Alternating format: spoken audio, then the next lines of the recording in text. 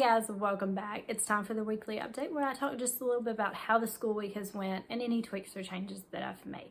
So don't forget to hit that subscribe button and we'll get started.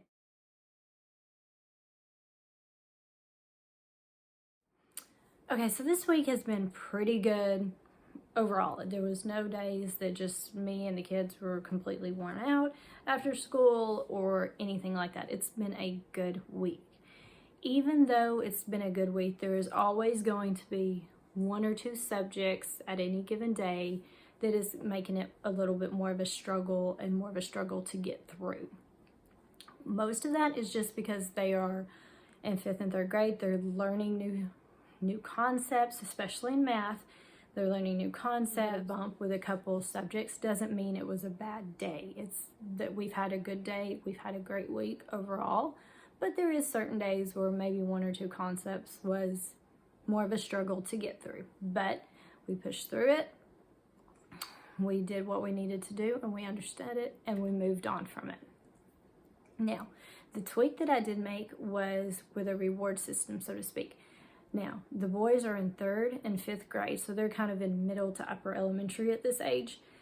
And I wanted a reward system, so to speak, because when they was in kindergarten and 1st grade, they had the behavior charts in school to where like they start out the day on green. As they did better, then the teacher would move them up or down, or as they did worse, they go down.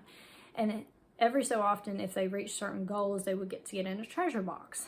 I wanted something along the line of that, but that's more age appropriate and more what my kids would want. Now, both of the boys are always trying to steal the big office chair to do all their schoolwork in. So that's the reward.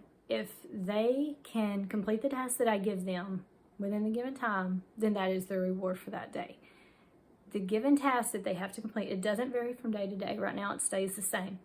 What I do is every day after Bible, we have they start their math reviews and their math daily dose. So while one of them is working on that, I'll take the other one to the side and I will call out 20 random math facts. It can be addition, multiplication, or subtraction.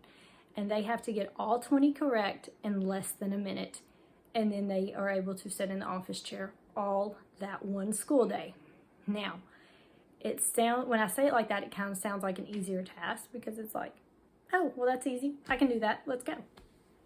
But the tricky part comes, at least for my kids, it comes with having to do it all verbally. I do not give them a sheet of 20 easy math facts and expect it to be done in a minute. If they're writing it down, they can easily do it. The tricky part that comes for them is I'll be like 12 minus 4, 8. And see, what they tend to do is they repeat the equation to help them remember it. And by the time they repeat the equation, it takes about a second. And then by the time we do that with the end, it's taken off 20 seconds just them repeating that equation. So it helps them kind of think a little quicker on their feet, which is what I want. I want it to be a challenge.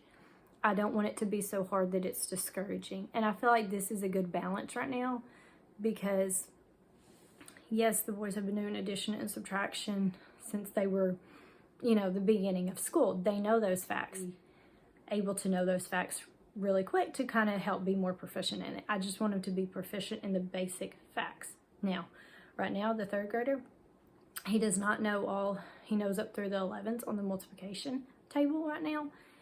And he can figure out his 12s, but we're not real proficient in it, so I don't feel it's fair to time him on the multiplication facts quite yet.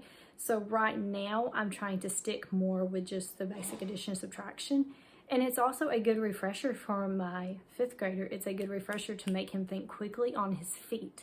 So even though answering the question correctly is not hard for him, it's the having to think of it within a certain time limit and not repeat the equation that makes more of a challenge for him. We started the whole timing process this past Monday. And by Friday, the closest one they got was 1 minute and 3 seconds. I think the longest time it took them was like 1 minute and 45 seconds to do it. So there is a big progress that's already being made. And then once they reach that minute or less, then they'll get to sit in the office chair all day. I do not cut them off at 1 minute. I let them finish until I get done calling out all 20. That's what I let them do.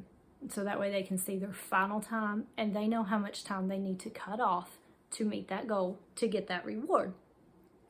As they get older, the reward will probably change. I will eventually add in multiplication and division facts to help them be more proficient in those. And then also, if that's still kind of easy, then I may cut down the time a little bit. And as they get older, the reward, they may want something more than that. But for where we're at right now, that's a good, solid basis of the reward that they want, which is sitting in the office chair all day long. It's a very easy reward to give, but it's not, and the task to get it is not so hard it's discouraging, and it's not too easy that it's just going to come like, oh, no big deal. It doesn't seem like a reward. So that's really the only tweak I've made this week. I will definitely keep y'all updated and let you know how that's going.